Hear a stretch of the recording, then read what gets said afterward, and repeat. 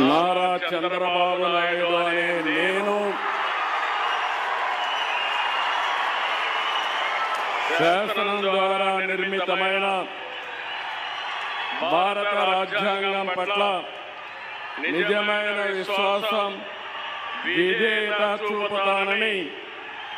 భారతదేశ సార్వభౌమాధికారాన్ని సమగ్రతను కాపాడుతానని